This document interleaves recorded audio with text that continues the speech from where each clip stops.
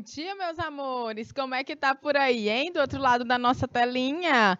Eita, que hoje é nosso dia aqui que a gente se passa, né? Hoje aqui 2 aulas.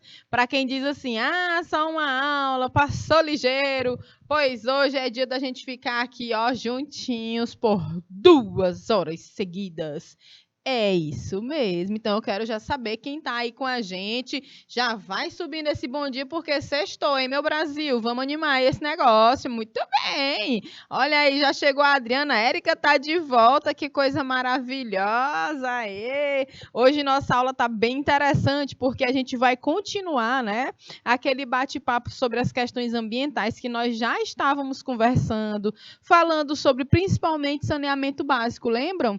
E aí, eu fiz uma complementation. A gente complementou essa aula. A gente vai dar continuidade, mas trazer uma complementação contextualizando, pessoal, essas questões ambientais, né? A questão da sustentabilidade, a questão da saúde pública com a pandemia de Covid-19. Né? Vocês sabem que esse contexto da pandemia foi arrasador. A gente não tinha preparo, né? Acho que nenhum canto do mundo estava preparado para passar por uma pandemia tão devastadora, milhões e milhões de mortos, mas infelizmente, além das mortes, que já foram um dano social devastador, um dano ambiental também, né? Vocês lembram daquelas cenas horrorosas de caminhões? Gente, uma das cenas que mais me chocou na pandemia, né? Eu sempre falo aqui para vocês, foi a cena dos caminhões levando os corpos na Itália, né? Eram 7, 8 caminhões levando 700. Quando eu lembro assim, 700 pessoas morreram na Itália. Meu Deus do céu, o que é isso? Está acabando mesmo o mundo. É agora. E aí aquilo assustava bastante. E depois a gente se habituou a ver 1.000, 2.000 pessoas morrendo por dia no nosso país, o que foi terrível, né? Então a gente viu cenas e cenas, né? Aquelas valas abertas, porque não tinha como velar, não tinha condições mais de fazer os enterros, né? De um por um, então abriram-se valas gigantescas. Gente, assim, cenas dignas de um filme de terror, mas que infelizmente foi a realidade que nosso povo passou e o povo de todo o planeta, né? Eu lembro que aqui no Equador a situação era tão triste, tão trágica, que teve, além de tudo, uma crise funerária, onde as pessoas perdiam seus familiares e não tinham condições sequer de tirar os corpos de dentro de casa. Então, passavam 3 dias, 2 dias, 5 dias com a pessoa falecida em casa, sem condições de ter enterro. Então, eles passavam a botar os corpos na porta. Então, assim, para quem não se situou ainda do que foi essa pandemia para o planeta, né? A gente fala essas coisas, assim, já no começo da aula, já dá um embrulho no estômago de lembrar, mas a gente agradece também por ter conseguido se sair disso, graças à ciência, às vacinas, né, que a gente, infelizmente, mesmo atrasadas, elas chegaram e, como eu já disse, eu já estou na 4ª dose, se tiver 20, eu tomo as 20, né? Então, a gente tem que tomar vacina sim, a gente se habituou a tomar vacina desde quando nasce, né? E hoje, gente, as tecnologias são tão avançadas para a gente questionar, né? Uma altura dessas, a gente tem tanta tecnologia e a gente viu que as vacinas foram questionadas e tudo mais. Enfim, existe a ciência e existe as opiniões. São 2 coisas completamente diferentes, né? Então, eu vou pela ciência, tá certo? Então, a gente conversa um pouco sobre isso e vê também, né, que além desse impacto social das mortes, né, da perda das pessoas, eu acho que todo mundo conhece pelo menos uma pessoa que esteja de luto porque perdeu algum conhecido na pandemia. A gente tem também os impactos que que essa pandemia ocasionou lá naqueles objetivos de desenvolvimento sustentável que a gente já tinha conversado, né? Então, a aula hoje é sobre esses impactos, principalmente, mas a gente vai continuar aquele bate-papo sobre saneamento básico, beleza?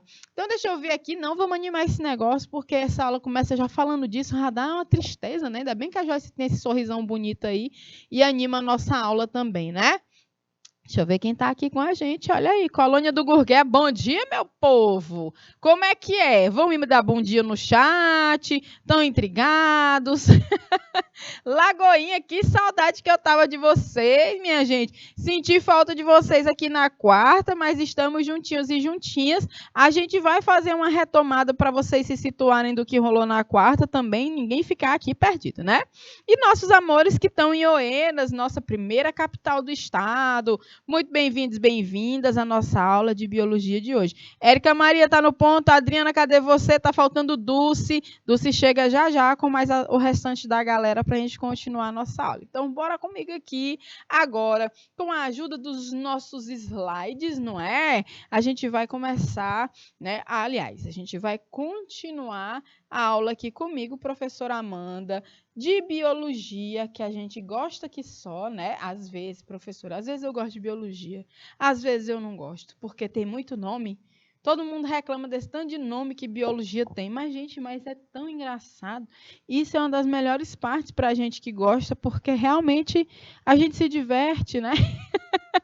E aí a gente vai tratar hoje, vai continuar, né, a falar sobre questões ambientais e sustentabilidade. Ah, vocês estavam com problema na transmissão, mas que bom que estão de volta, né? Acontece, faz parte aqui dessas nossas tecnologias, né? Às vezes elas é que mandam aí em tudo, a gente tem que esperar. Aê, Oeiras! Bom dia! Muito bem! É isso mesmo, respondendo aqui. Então, vamos ver aqui o que ainda nos resta, né? Conhecer sobre saneamento básico. Antes, relembrando aqui nossos objetivos na aula, né? Reconhecer que algumas atividades da cidade e do campo colaboram com as poluições, né? Seja da água, do solo, do ar. E é necessário, gente, ó, um dos objetivos aqui é sensibilizar todo mundo, né? A gente ter sensibilidade sobre a necessidade de uma mudança de hábitos imediata. Imediata, é agora, que garanta a sustentabilidade do planeta. Certo? É, a Dulce está sumida, estamos com saudade dela. Já já ela aparece, eu aposto que ela vai botar aqueles 2 olhinhos assim, ó. Estou só aqui, ó, professora. Já já ela aparece com os olhinhos aí no chat, né, não? Os meninos também estão sumidos da nossa aula, né? É, estão sumidos. Então, vamos adiante, ó. A gente estava falando, Lagoinha, vocês que não estavam aqui na quarta, né? A gente estava falando de saneamento básico. E aí a gente conversa sobre saneamento básico e sempre lembra de água, né? De água, de esgoto, das estações de tratamento, né? Então, o saneamento básico, ele vai ser justamente, retomando aqui aquele conceito, né? Vai ser justamente esse conjunto de iniciativas, estruturas físicas, iniciativas públicas, privadas, que vão levar a gente a ter as condições de receber, de ter acesso à água potável na nossa casa, né? A distribuição da água é uma questão de saneamento básico, né? O tratamento da água é uma questão de saneamento básico, tá certo? A drenagem urbana que está aqui, né? Que é o que a gente vai tratar agora, também é uma questão de saneamento básico. As questões acerca... Sim. As questões, a Joyce perguntou se os carros-pipas, né, entram como saneamento básico. Sim, porque em muitos lugares, né, sobretudo aqui no nosso semiárido, a gente não tem acesso à água encanada. Infelizmente, isso ainda acontece. Então, se é uma tecnologia, se é uma estrutura, uma ação que envolve o abastecimento, vai entrar como saneamento básico. Cisterna, carro-pipa, tudo isso entra como saneamento, tá certo? Outra coisa, aí vem o tratamento, né? E o tratamento dessa água que a gente falou, que é necessário, de fato, que essa água corra de volta para a natureza, geralmente para os rios, né? Porém, ela tem que voltar tratada. A gente não devolve água suja para a natureza. Ou não deveria devolver água suja para a natureza, mas a gente devolve, né? Aqui em Teresina mesmo, a gente tem menos de 19%. Se eu não me engano, eram 17%, subiu para 19% do nosso esgoto tratado. Imagina vocês, numa capital, a gente não tem. E justificam, né? Justifica-se que é a falta de terrenos, né? Que sejam propícios para que se instalem as estações de tratamento de esgoto. Bueno, existem várias tecnologias para tratar esgoto, eu acho que está mais do que na hora, né, da gente fazer isso. Inclusive, se a gente pudesse, né, e a gente deve, agora no ensino médio mesmo, pessoal, com o novo ensino médio, a gente tem que instigar nossos alunos a trabalhar com projetos. Então, se a gente pesquisasse, por exemplo, quais outras tecnologias que existem para tratamento de esgoto, vocês já ouviram falar de alguma outra tecnologia? Sem ser a estação de tratamento propriamente dita, já ouvi falar já. Eu já ouvi falar de uma que é massa, uma tecnologia, se eu não me engano, bem, das antigas, e ela é super simples. Ela trata-se, sabe do quê? De um negócio chamado de jardins filtrantes.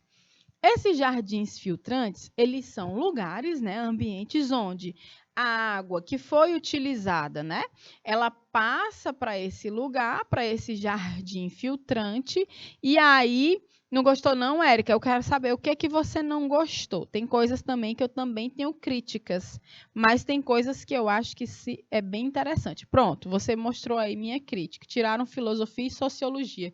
Erradíssimo, né? Se você reparar, os temas de sociologia são quase todos os temas que estão relacionados às redações do Enem. É complicado, né? Tirar filosofia e sociologia do ensino médio, mas isso tem uma intenção, né? Vocês sabem. Vocês sabem. Exatamente, tem uma crítica surgindo aqui no nosso chat, que é justamente, né, que tem relação com essa retirada, há um interesse, né, em fazer a gente não raciocinar muito bem acerca da nossa sociedade. É verdade, Fernando. Tirar o direito dos jovens pensarem por si só e deixar os jovens mais alienados. Isso aqui foi um comentário que surgiu aqui no nosso chat. Muito bem, concordo sim, mas isso não impede que a gente que é de outras áreas também aborde as temáticas que têm relação com o social. Eu, por exemplo, na biologia, jamais vou conseguir trazer uma temática de questões ambientais sem trabalhar a sociedade. Não vou, é impossível. Então, são temas interdisciplinares e transversais, né? Não, galera de Lagoinha, de Oeiras, não dá para separar ambiente de sociedade, não dá. Até porque a nossa sociedade vive num ambiente que ela altera. A gente transforma a natureza para que ela sirva de abrigo, né? Que a gente consiga um trabalho. Enfim, são várias as questões que envolvem a nossa sociedade. Agora, nada como um professor de sociologia em sala de aula explicando tudinho para a gente, ajudando a gente a encaixar as ideias, não é? É lindo quando isso acontece. Mas a gente consegue fazer nossas buscas, mas a gente reconhece sim o dano. Enfim, voltando para a história dos jardins filtrantes. Só o nome eu já quero saber o que é, né? Porque a doida do jardim está aqui em terra. Então, os jardins filtrantes são quando você faz um encanamento, né, para uma determinada área que vai receber a água. Geralmente a gente chama de águas cinzas, né? A água que está ali misturada com um pouco de sabão, a água que é resíduo de casa, né? Que usou para lavar a louça, do banho, que lavou a roupa. E essa água ela vai para tanques onde você adiciona plantas, plantinhas aquáticas, como o nosso aguapé mesmo, que a gente tem aqui, né? E essas plantas, elas estão aqui na superfície, por isso que o nome é jardim filtrantes. Então, plantas mais micro-organismos, né? Algumas bactérias que vão degradar as impurezas que tem nessa água e vão tratar a água, por isso que é jardim filtrante. É muito massa, né? A gente tem, por exemplo, as fossas. Já ouviram falar das fossas sépticas, né? Gente que tem que ter a fossa em casa para receber os rejeitos dos vasos sanitários, né? Das nossas residências. Tem fossa que é feita mesmo com concreto e tudo mais. E tem fossa de bananeira. Eu já vi uma fossa de bananeira, então cava tantos metros, depende da capacidade, né, do que ela vai receber, joga uns pneus dentro, joga pedra e planta banana em cima. Some, a banana sai docinha, viu? Vou logo avisando.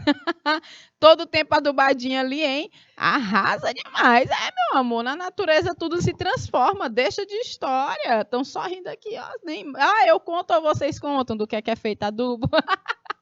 Né? E ainda tem, deixa eu lembrar de mais uma coisa que eu queria dizer, era fossa de... eu já cheguei a ver banheiro seco, né? Então, não tinha água para dar descarga, utilizava uma mistura de pó de serragem com não sei o que lá, e não tinha mau cheiro, gente, não tinha problema algum de mau cheiro nesses banheiros que se utilizavam, né? Esses banheiros secos. Então, já existem tecnologias sustentáveis que envolve, inclusive, a redução desse consumo de água, porque a gente dá descarga com 6 litros de água limpinha, potável, no nosso banheiro. A gente não reutiliza a água, né? Então, a gente precisa saber também reconhecer essas outras alternativas. Tudo isso é saneamento. E ainda temos a drenagem. Finalmente chegamos, né? Alô, Lagoinha, tá tudo compreendido até agora? Oeiras, Colônia do Gurgueia, tudo ok? A gente está fazendo aqui uma retomada, né? Hoje a gente tem mais tempo. Então, a gente fala um pouco mais agora sobre drenagem urbana, tá?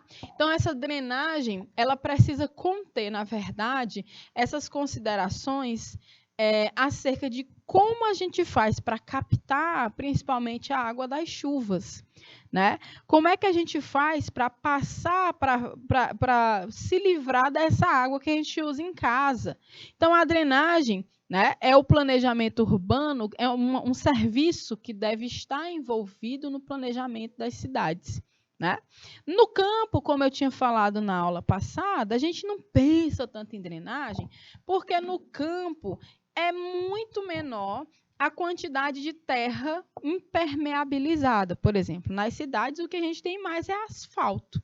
Então, esse asfalto impermeabiliza o solo e não deixa que a água da chuva infiltre ou siga seu curso natural. Ela vai seguir agora os cursos criados para que a água passe até um determinado ponto dentro das cidades. Então, isso é um planejamento de drenagem, né? Tem cidade que peca demais nisso, Teresina é uma. É feito muito trabalho assim, mas a gente sabe que na nossa cidade tem várias áreas que ficam alagadas. Já morreu gente assim aqui na nossa cidade, eu falei também na aula passada, né?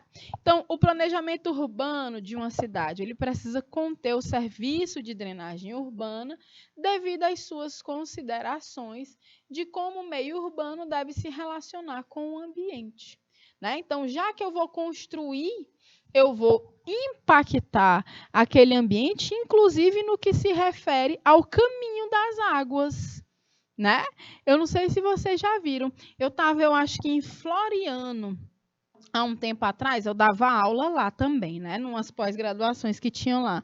Então, quando eu era convidada a dar aula para Floriano, eu ficava num bairro que tinha umas casas e estava no tempo chuvoso e eu via se formar um riacho passando pelo meio da rua e entrava assim numa rua, fazia uma poça gigante e seguia.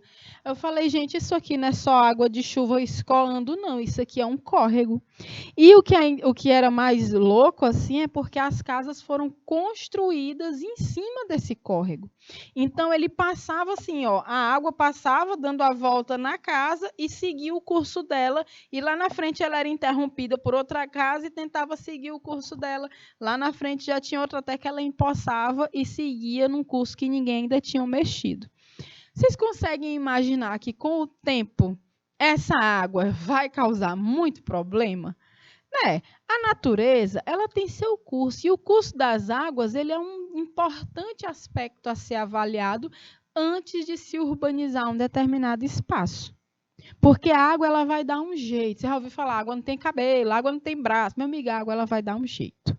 Ela vai dar um jeito de passar. Ela vai dar a volta, ela vai tentar todo o tempo passar por aquele lugar que ela já seguia. Não tem a história do água mole em pedra dura, tanto bate até que fura? pois ela vai caçar o caminho dela de volta. Então, quando a gente planeja uma área urbanizada, se observa também esses cursos d'água para que haja o serviço adequado de drenagem. A gente não pode atrapalhar isso. No bairro que eu moro, tem, pelo menos eu já observei, dois riachinhos que cortam, né? Vem de um bairro mais acima, ele passa por dentro do meu bairro e deságua aqui pela direita no Rio Parnaíba. Tem um outro que vem assim pela frente da minha casa e um por trás. Mas é um pouquinho longe ainda, mas eu conheço os dois, né? Os dois córregos que passam. Eles vêm cheios de lixo, né? A água vem suja. Quando chove, que eles enchem, que você vê mesmo que é um riacho aquilo ali. E passa no meio da cidade. Então, ele está passando por onde? Ora, por debaixo do asfalto, pelas manilhas, por isso aqui, ó, porque as pessoas também vão direcionando, né? Constrói, mas mantém o curso da água aqui.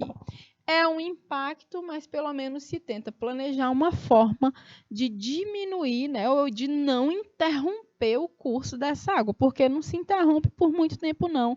Ela volta, né? Então, o serviço de drenagem urbana, portanto, ele exige mais áreas para a vazão da chuva e o aproveitamento da água da chuva por meio de reservatórios. Então, a gente também vê o próprio serviço, a forma, né? Um dia desses construíram bem em cima de onde passa, né, esse córrego. E aí todo dia eu passava na frente da construção, na avenida lá de casa e olhava, será se vão botar a terra, vão aterrar esse pedaço do riachinho aqui, porque se fizer isso vai dar problema. Mas não, eles fizeram, botaram as manilhas, né? E depois foi que passaram o aterro por cima. Quer dizer, o riacho vai passar por debaixo do chão deles. Eu, hein? Sei não, com o tempo isso aí. Tem que ter muito estudo, muito cálculo nas engenharias para fazer esse negócio dar certo, né? Por isso que é um planejamento. Então, esse serviço de drenagem urbana evita, inclusive, isso aqui, ó. Os deslizamentos de terra, né?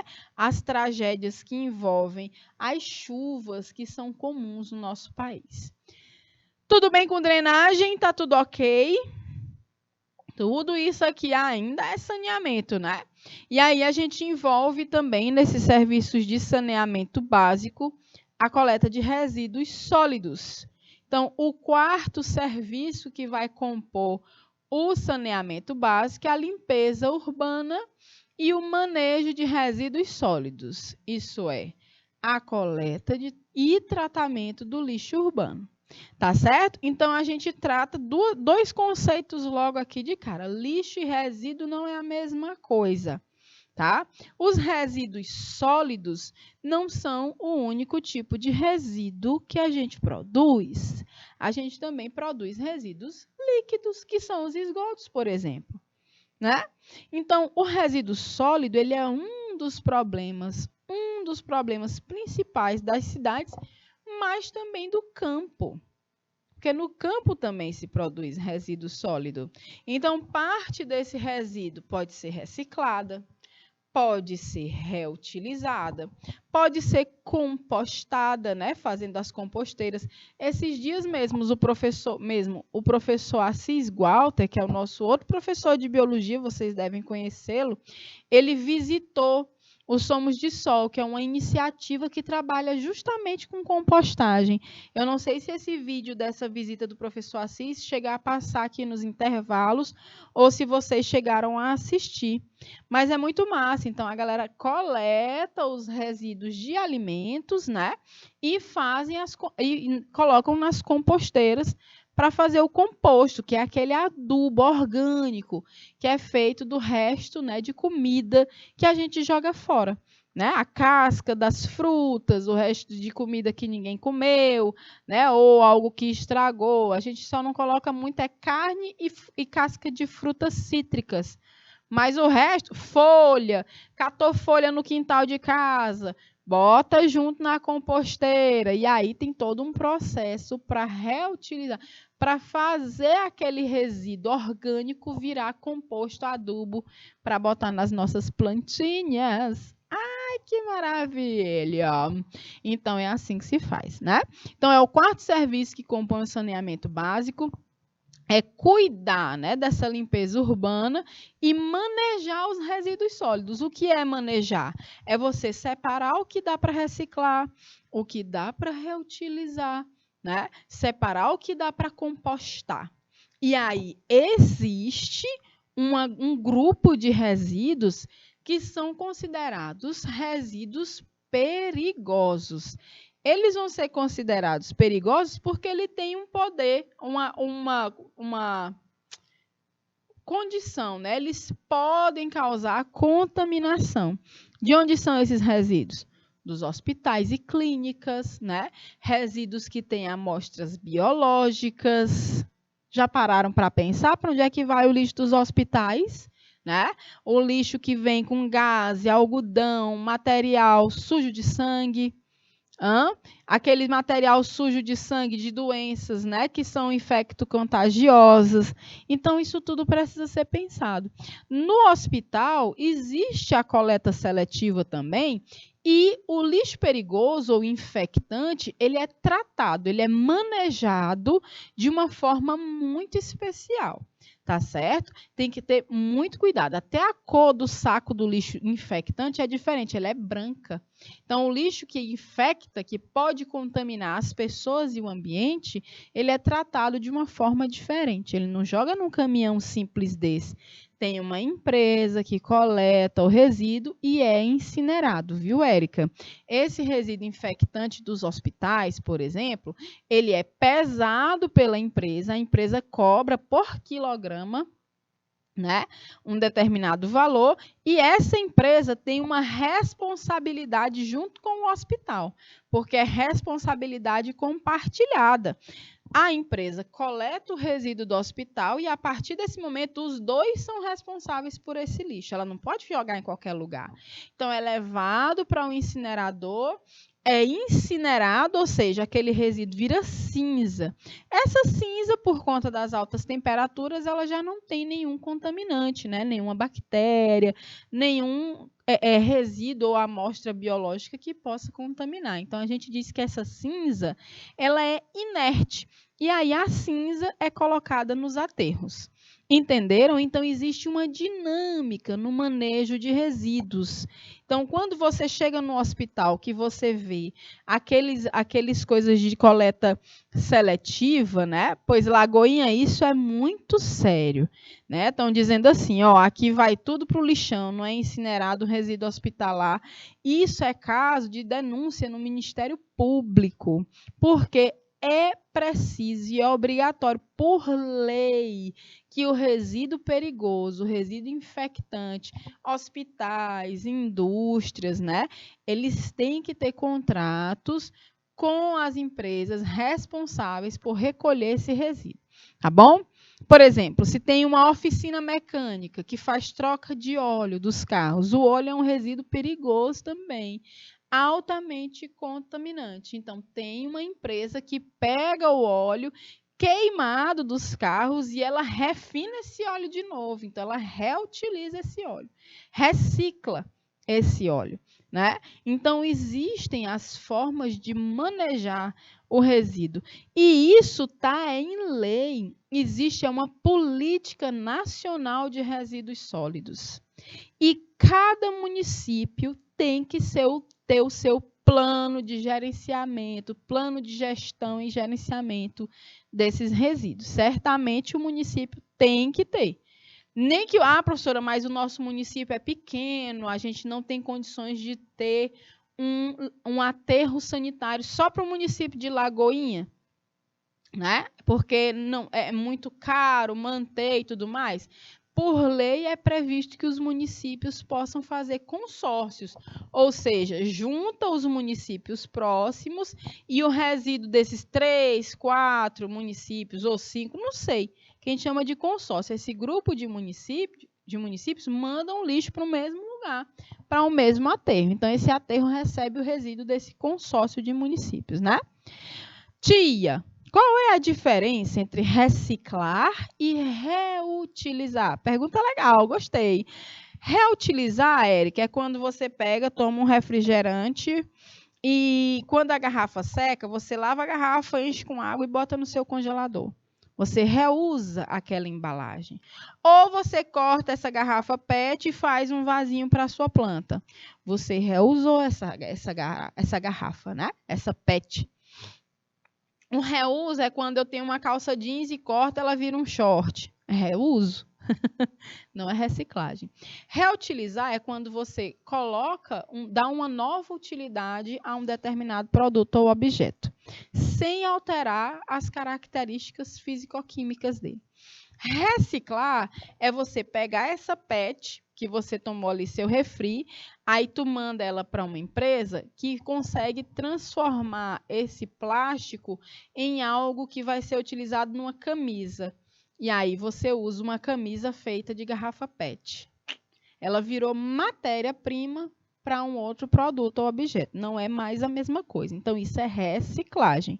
Tá certo? São essas as diferenças. Reutilizar, você não altera a composição inicial desse objeto. Reutilizar, né?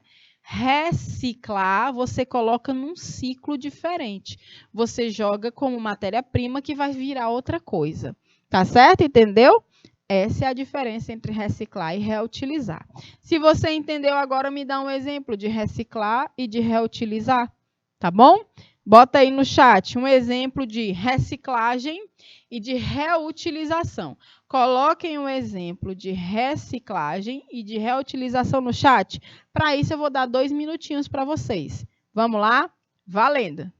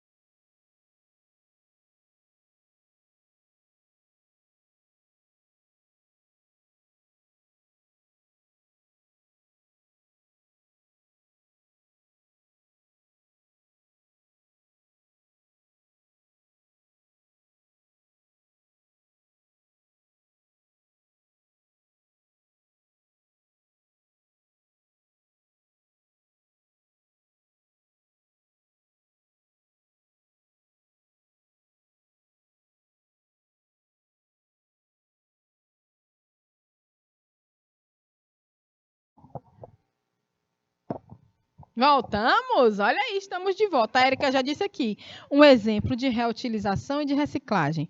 Reutilizar, professora, é quando a gente pega cobertor, toalha e faz de pano de chão. Pronto! Esse é outro clássico, né? A Raquel deu um exemplo aqui, nosso intérprete. Professor, os copinhos de azeitona, de extrato de tomate, que todo mundo tem uns 3, 4 na sua casa. Adoro, lá em casa é cheio. São meus cristais, caríssimos, cararrésimos, minhas coleções de cristais. Pois é, o reutilização. Reciclagem é quando ele quebra, eu mando o vidro para ser refeito algum outro material. Aí é reciclagem. Sacastes a diferença? Tudo bem aí, Lagoinha, Colônia do Gurgueia e Oeiras? Tá tudo certo? Então vamos seguindo, conhecendo um pouco mais, né, sobre o que é essa coleta de resíduos sólidos, tá? Então, essa coleta de lixo, pessoal, é bem interessante porque ela acontece para acontecer em todos os municípios, né? E aí, quando a galera de Lagoinha diz assim, professora, aqui nem adianta coleta seletiva, né? A gente fala sobre a coleta, mas tem lugar que não tem. E quando tem, a coleta é toda irregular. Né? Ó, a Adriana trazendo mais exemplo. Reciclagem. Não, Adriana, isso não é reciclagem, isso é reutilização. Reutilização, pegar uma garrafa PET e transformar num potinho decorado. É reuso. Você está dando uma nova utilidade para a tua PET sem transformar ela, a matéria dela, entendeu? Agora, se eu pegar ela e botar ela para virar uma fibra para fazer tecido, aí é reciclagem. Se eu pegar a PET, derreter para fazer outro material de plástico, reciclagem. Tá certo? Quando você não altera a configuração do material, aí é reuso. Combinado? Beleza? Tá certo. Olha só. Do que é que eu estava falando? Ah, da história da coleta.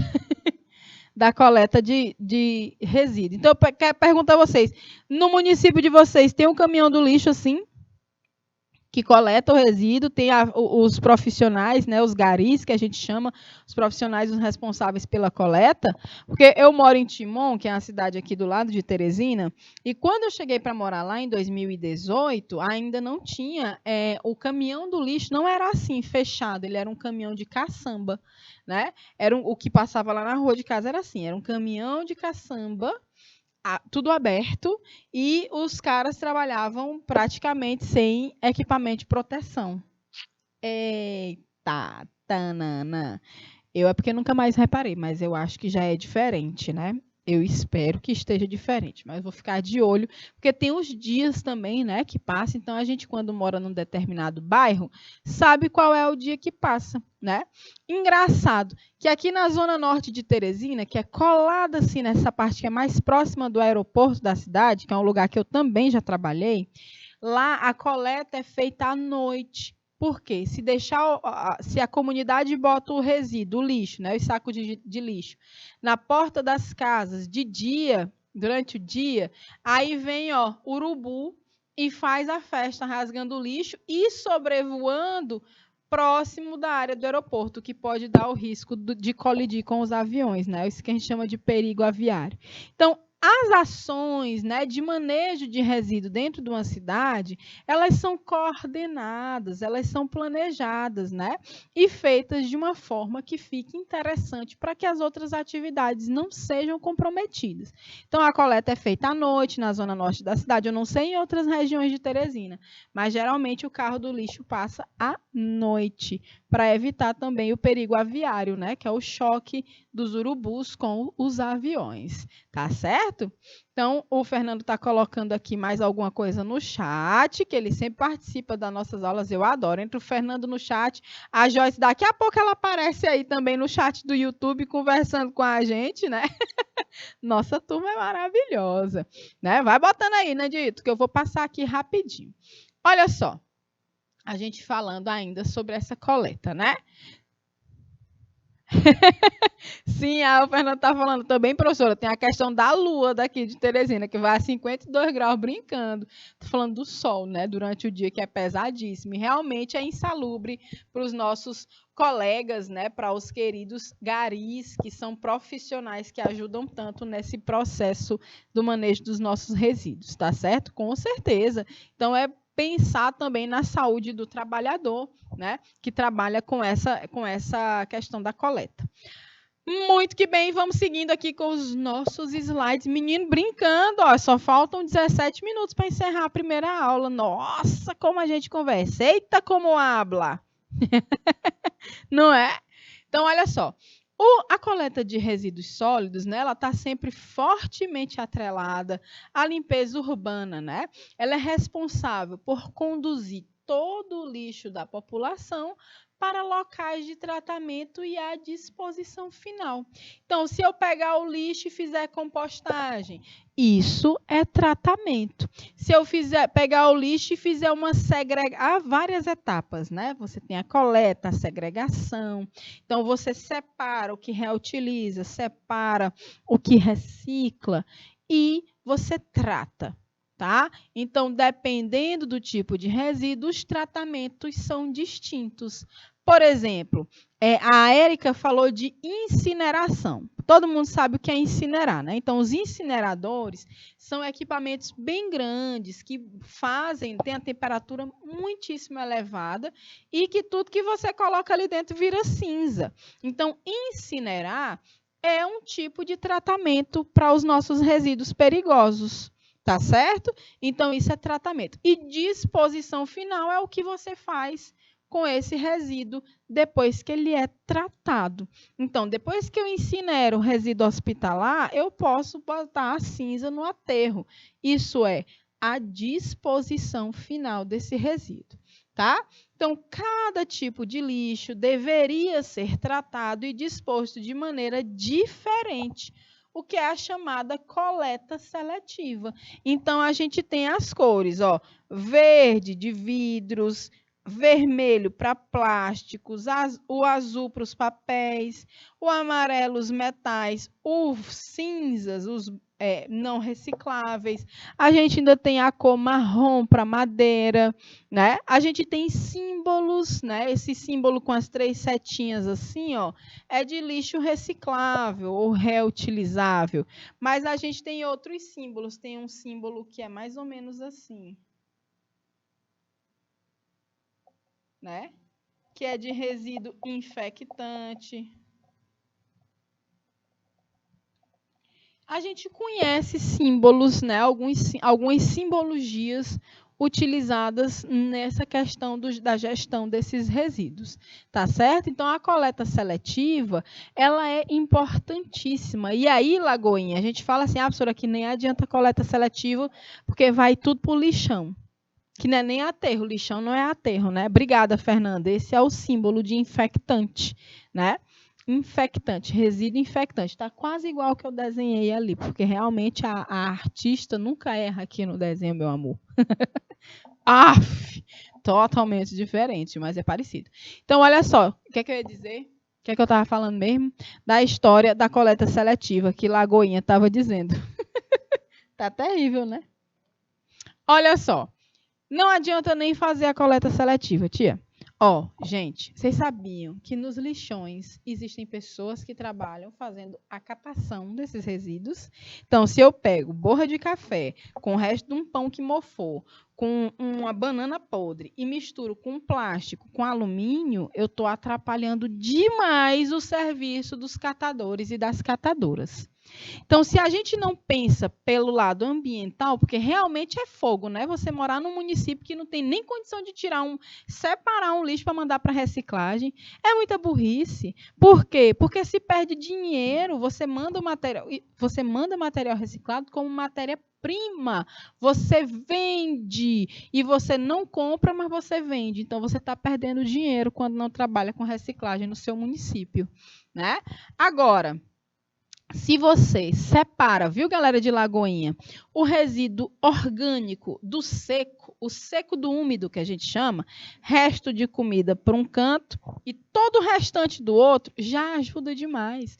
Se tu pega só embalagem, papel que você amassou do caderno não vai mais usar, o próprio plástico, né, embalagens plásticas de produtos de limpeza, caixinha de Tetra Pak, que a gente chama, né, caixinha de leite, sacos, todos esses resíduos, se eles não estiverem sujos com coisa orgânica, junta tudinho, bota num canto e separa do resto de comida. Só isso aí já ajuda demais os catadores. Tá certo? Então, aqui em casa a gente separa o resíduo orgânico, mas fica junto vidro, plástico, metal. Massa, Érica, a gente também não consegue, né, separar tudinho, e quando a gente separa tudinho, vem a coleta e joga tudo junto no mesmo lugar. Eu acho que é disso que estão reclamando, porque eu também já vi.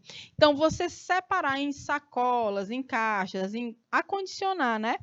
em lugares diferentes. O resíduo úmido do seco auxilia no fator social, porque tem gente que cata, galera de Lagoinha. Eu já entrei, né? Quando eu trabalhava no aeroporto, gente, já trabalhei em cada coisa com essa história da biologia que vocês nem imaginam.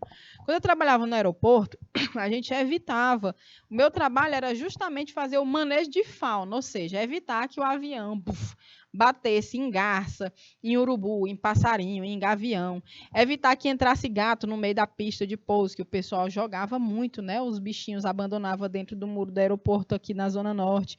Ainda hoje, infelizmente, isso acontece, né? Mas o nosso trabalho era evitar esse tipo de coisa. E aí eu tive a oportunidade de conhecer um aterro controlado, né, que era quase que um lixão melhorado, mas não era bem um aterro, como é para ser aqui em Teresina, e o de Timon, no tempo antes de se fazerem, né, as reformas e aumentarem e ampliarem o serviço. Era bem diferente. A professora só já trabalhou em tudo, em um monte de coisa, viu? A biologia já me levou para um monte de aventuras, e eu adoro, estava sempre disposta para elas. E aí eu visitei esses lixões, né? Eram lixões, na verdade. Gente, uma coisa que me chocou muito foi a forma como as pessoas trabalhavam ali dentro, né? É um ambiente que não é para ter criança, mas no de Timon tinha. Hoje está diferente, tá? Isso eu estou falando de 2013, né? Em Timon tinha criança, tinha chovido e estava aquela lama, sabe? De lixo misturada com água de chuva, com terra, com lama, com tudo. E você via muito urubu, muito bicho, assim, e muita fogueirinha. O pessoal botava fogo nas coisas, fumaça. Olha, assim, uma desordem, um caos total. E aí eu vi o trabalho que as pessoas tinham para separar coisinha por coisinha para vender por centavos os quilos e quilos de resíduo que eles catavam. Então, quando a gente pensar no que a gente consegue, por nosso privilégio, né, consumir, a gente consome coisas que geram muito lixo. Eu já falei, para comer uma bolacha, você abre 2 pacotes de plástico, um de papel. A gente gera muito resíduo. Então, a gente precisa diminuir esse nosso impacto. Então, vamos pensar no social. Tem gente que cata lixo. Tem gente que cata por si e leva para um lugar que recolhe. Tem gente que cata porque faz parte de uma cooperativa de reciclagem.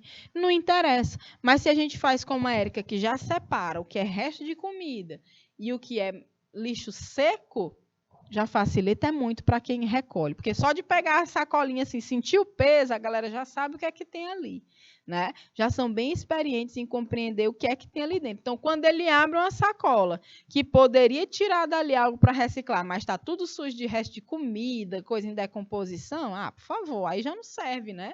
Então, a gente precisa começar a se ligar que não é tudo responsabilidade nossa, mas que com algumas ações a gente pode facilitar o processo para funcionar como um todo, já que nós também somos, né, grandes produtores de resíduo sólido. Tá certo, gente? A Erika tá rindo aí, porque eu trabalhei no aeroporto. Então era muito engraçado, porque lá a gente tinha que espantar, meninos, urubus, e tinha hora que era necessário que alguns dos funcionários soltassem foguetes, né? Tá, que é pro urubu se espantar e não ficar na frente dos aviões. Minha gente, do meio pro fim, o urubu, na hora que estourava o foguete, a gente se assustava, o urubu olhava assim, tava mais nem aí com a zoada. Eu, peste.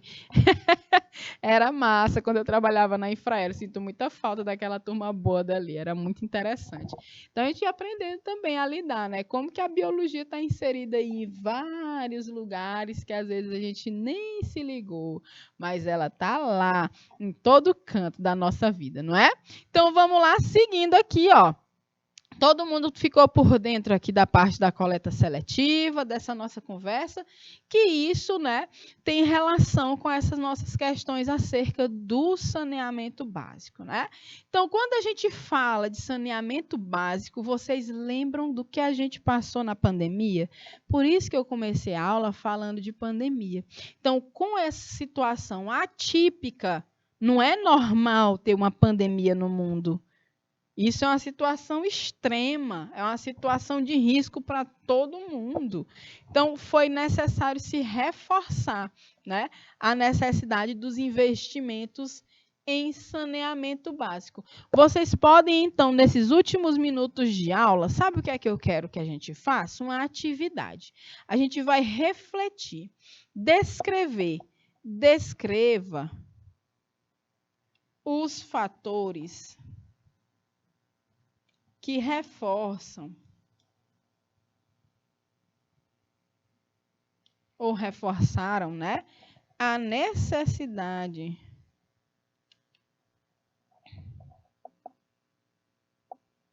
do aumento de investimentos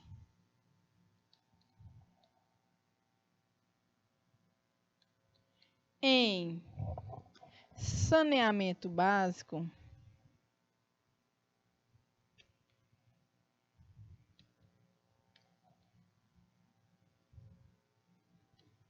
durante a pandemia.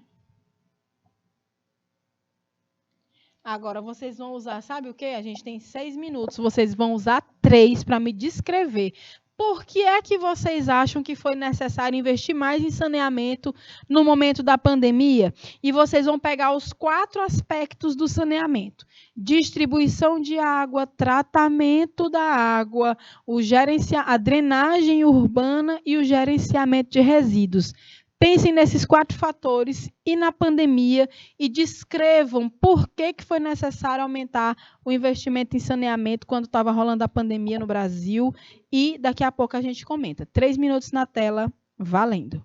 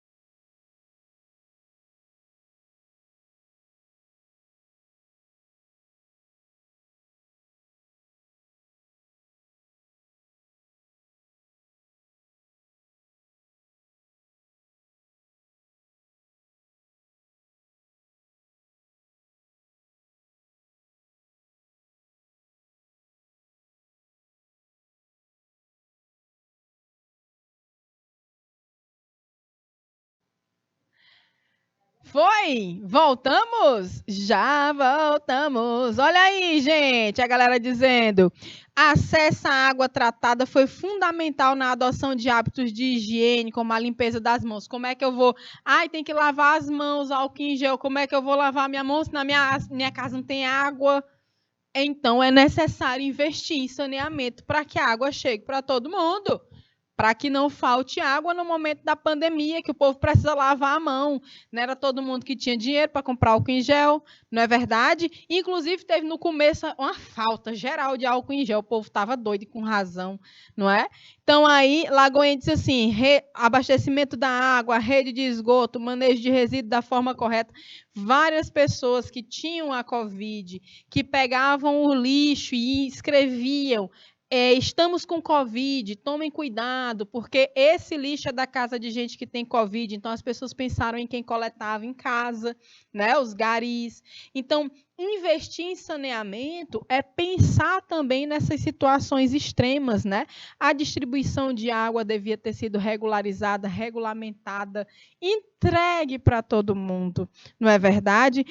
O tratamento da água, a gente viu estudos e estudos apontando a água dos esgotos, né, dos efluentes que estavam contaminadas com o vírus, o coronavírus.